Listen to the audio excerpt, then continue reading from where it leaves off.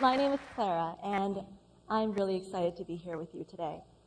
It's a huge honor to be kicking off today's event, and there's a little pressure, too. After all, today is about big questions, and I was a little worried my idea wasn't big enough. You know, it's not like I needed something gargantuan, enormous, gigantic, but I didn't want to be the one bringing the puny runt to the party. Because as everyone knows, size does matter when it comes to ideas. So here I am, and here is my idea. How do you solve youth unemployment in low-income communities? That's a big question if I ever saw one. After all, it's hugely important, really challenging, and it's only going to get bigger and more pressing as the years and decades go by. This is a big, big question. Now, Whitney Houston and other scholars of notable repute think that children are the future. Remember that? Now, this question asks us, what happens when those children reach young adulthood with few skills, fewer resources, and, frankly, very bleak prospects for ever providing sustainable livelihoods for themselves and their families?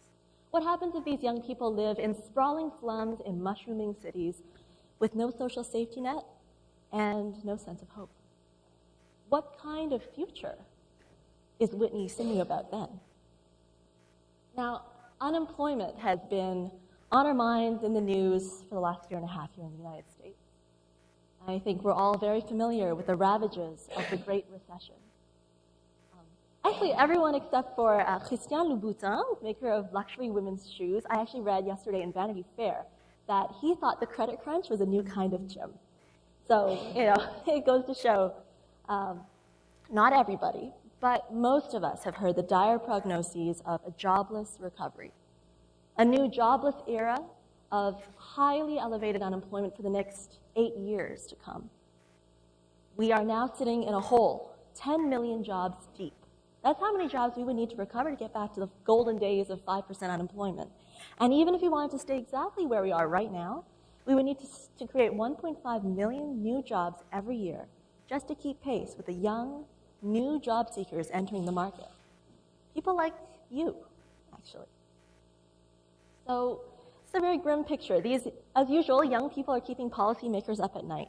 But this time it's because last month, the youth unemployment rate, that is young people aged 16 to 29, reached 15.2%. That's the highest it's been since 1948.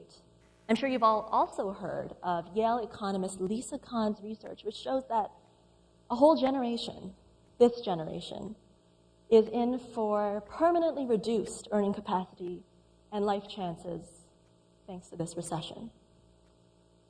Sorry to be a downer in the morning, but it's a grim picture.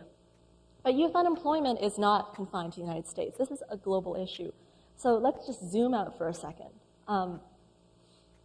It turns out that we are part of the largest youth cohort in human history.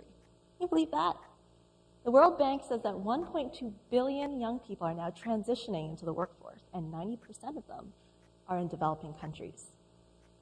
The youth unemployment rate in sub-Saharan African countries is 20 to 25%, and much higher for the poorest of the poor. Street youth in slums. Even before the Great Recession, youth made up 40% of the global unemployed, 20% of the world's working poor, and the ILO estimated that developing countries would need to come up with somehow 1 billion jobs in the next decade, again, just to keep pace with the new, young job seekers. So it's a tough picture out there.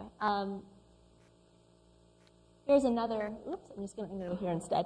Here is another potentially overwhelming fun fact. We are also in the middle of the largest mass migration in human history. 1.3 million people move to the world's cities every week. Most of them end up in slums. Already 1/6 of humanity lives in slums, and they'll be joined by 2 billion more people in these squalid, crowded, essentially entirely informal shanty towns. And most of them will be youth. So what does all this mean? I've been throwing a lot of data at you. I think it means that we've got a huge group of young people hitting the workforce, trying to integrate into society. We've got this stampede into the cities, this huge urbanization. And we've got pervasive unemployment. To me, that means we've got a lost generation of street youth eking out livings on the margins of society. And it's no wonder that world leaders from Yemen to Scotland, USA to Nigeria are warning of a ticking time bomb. I think the lost generation is a social justice issue, an economic issue, and a national security issue.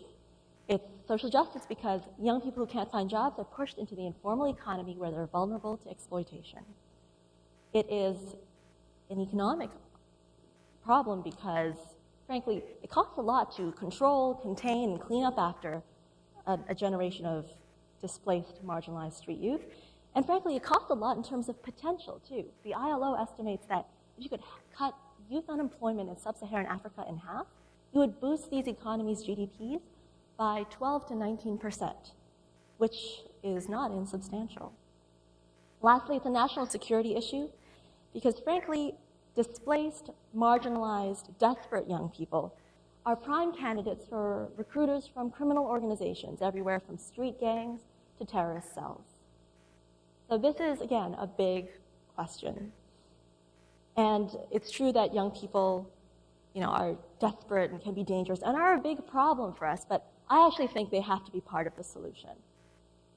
Frankly, from my work at Youth Bank, I have seen that young people, street youth, slum kids, are enormously resourceful, committed, ambitious, when it comes, if they're actually given an opportunity to escape the corrosive misery of life on the mean streets. If you wanted to, say, transform the stagnant economy of a low-income community, you could find no better partners, collaborators, and change agents. And that's where Youth Bank comes in. Youth Bank is my team's attempt to answer the big question, but also, if you were to break it down, these three questions. Can we create more and more decent jobs for youth? So frankly, if existing employers cannot absorb this huge wave of young people, then we'll have to create jobs that can, because otherwise we're going to be rushing for the same piece of pie and it's going to lead to a race to the bottom. Can we employ the unemployable? Let me remind you, these are young people with no fixed address. These are young people who've been homeless, unemployed, underemployed. They're ex-drug users, ex-sex workers, ex-gang members. This is not exactly the superstar resume that lands on top of the pile. These are not youth with resumes. Lastly, can we equip youth to lift their communities out of poverty? This is the idea that, again, we at Youth Bank cannot employ every young person out there and give them a living wage. That's not sustainable, and frankly, there aren't enough hours in my or Zishan's or anybody's day to do that. But what we can do is empower the most ambitious and driven street youth, give them the tools they need to drive private sector growth, to fuel it, and in doing so, create jobs for themselves and their communities. What we envision is a network of socially responsible youth-run enterprises that, from the grassroots level, eradicate slums and poverty. Now, let me tell you a little bit about where this kind of came from. I was a college student, just like many of you, and I met an ex-street youth turned social worker from Nigeria. He was from the city I'd never heard of, Lagos. And he dreamt of creating a microfinance bank for street youth, a youth bank. Now, this was in the early days. It was before the microfinance revolution washed over all of us. It was, it was before Lagos started to hit the radar of many urban theorists who now see it as a vision for the future. Now, I've been there. That vision is not, I think, something we should aspire to. And what we were talking about was, how can we lift these young people out of poverty? How can we employ the unemployable? What I learned was that Lagos is pretty much the most extreme case study you could ever find anywhere. It is where all the things I've talked about, youth unemployment, urbanization, poverty, desperation, where they all collide spectacularly. It is a slum city of anywhere from 15 to 20 million people. Nobody really knows. 6,000 people move there every single day from all over Nigeria and all over West Africa. 42 slums blight the cityscape. And youth make up 40% of the unemployed. Because existing employers cannot absorb all these job seekers, many of them are pushed to the informal economy. That means prostitution, that means odd jobs, gray and black market transactions, it means criminal activity, which make up 60%. These informal transactions make up 60% of all economic activity in Lagos. So, crazy environment. I also learned that young people in these areas are extraordinarily resilient. And they're very different from, say, the women you'd find in rural Bangladesh. They've been left behind, urban young people, left behind by the microfinance revolution because they're frankly too high a credit risk. Think about it for a moment. No fixed address, no guarantor, no collateral. Few skills. Frankly, you know, there's sort of limits to how much you can take onto your balance sheet as a microfinance institution, even if you're a nonprofit. And young people have been left behind. These are young people who are then confined to the informal sector and have no ways, no skills, no resources, no structure to create jobs to pull themselves and their communities out of poverty. So this was something we were all noodling on as a team. And we created this model. This is the Youth Bank incubator model. This is how it works. What we do is we take young people off the streets by working with established nonprofits. So again, ex-drug users, ex-sex workers, ex-gang members, homeless, unemployed, underemployed young people. We then do two things. We first employ them. On the job, they learn business skills. They receive, for the first time, a regular living wage. They have a chance to suddenly plan, to go from a short-term mentality where you never know where your next meal is coming from, to a point where you can start to plan for the future, to save, to budget. After 6 months of working in this non-profit business, which might sound like an oxymoron, but actually isn't, it covered cost of training. They get 6 months to really make that transition and start to build their futures. And top performers are then eligible to pitch their own business ideas in the entrepreneurship phase. They pitch to a panel of established business leaders, CEOs, from, in our first case, from Nigeria. And those who make it, who've shown a good work ethic in the first section and then a viable idea in the second, are then eligible to receive a loan. They kind of work on their business for up to 12 months. And the idea is that they go from the streets to employees, to entrepreneurs, to employers, and employers of labor and community leaders. Because the idea here, again, is the network of socially responsible youth-run businesses. What's exciting about this model is, first, we take the traditional microfinance model and we add something in front of it. For those of you who are familiar with venture capital, you can imagine if, as a VC, you're able to put your entrepreneurs under the microscope for 6 whole months, observe how they bring in customers, observe how they budget and save, how they handle money, how they manage their team, how they basically run a business. And after 6 months of due diligence, you're then eligible to give them a loan. They are then eligible to get loans. So we incubate the entrepreneur before we incubate the enterprise. And the result is that youth move from left to right. And interesting consequence of it also, you actually end up having money instead of moving from left to right, just in and out. Also, it cycles. So the exciting thing is the nonprofit business not only serves as kind of a living lab, a living business school, but also covers the cost of training and allows you to give a living stipend.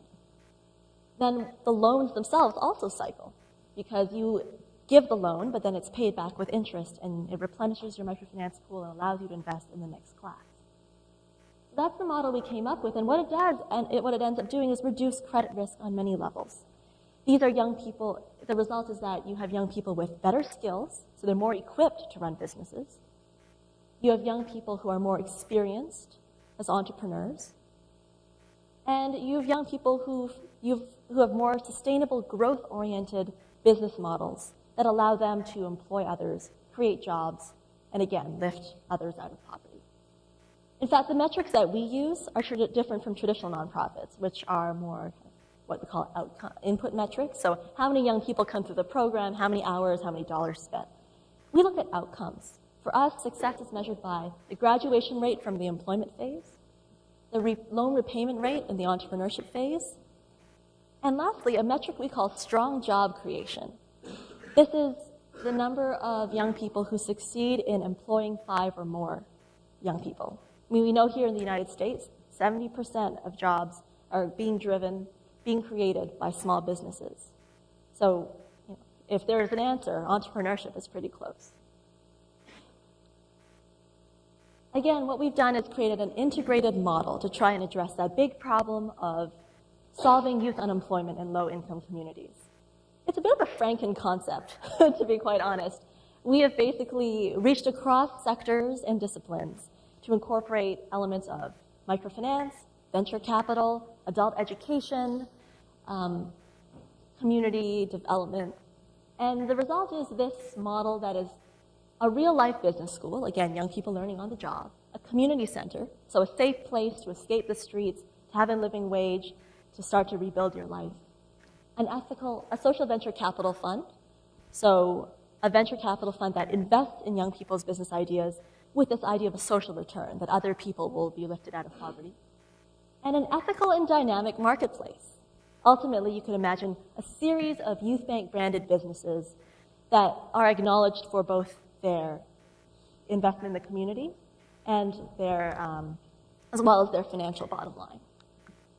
So, picture time. I'm just going to finish by showing you some of the images from our first center in the Surulere district of Lagos. This is a slum area, and young people have come to our program. We actually had 50 people apply for our first 8 spots in the Surulere program, which is a pilot. We just wanted to show proof of concept, but we ended up having selection rates that were close to an Ivy League university. So what we want to do now is really scale our operations and deepen our impact so we can reach more young people.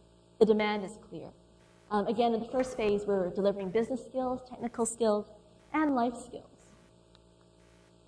These are some pictures that the young people took. The core business, the nonprofit business in our very first center, was a photo studio. It just so happens that Surulere is also the seat of Nollywood, which, yes, is exactly what it sounds like. It's the Nigerian version of Hollywood and Bollywood. But my favorite is that picture up there. I feel like it's a picture right out of Nigerian Vogue. But these are our values: entrepreneurship, imagination, and most of all, community, this idea that you pay it forward and you're creating jobs for others, investing in others, hiring others. So where does that leave us? We started with a big question today. And the answer that we tried to put together was this small business incubator, this youth bank. Although we developed the model for the slums of Lagos, for the street youth of Lagos, we feel strongly, and other people from around the world have contacted us with the same belief, that this model can be applied from Lagos to, say, DC, to Detroit, New Orleans, New York, wherever young people need jobs, which is pretty much everywhere. So I've asked you a lot of questions today. I have to admit, I actually smuggled in a lot of big questions under the umbrella of the big question at the beginning. But I think the last 3 are probably the most important. 1, does this resonate with you? 2, are you a youth banker? And 3, what are you going to do about it? Thanks a lot for your time.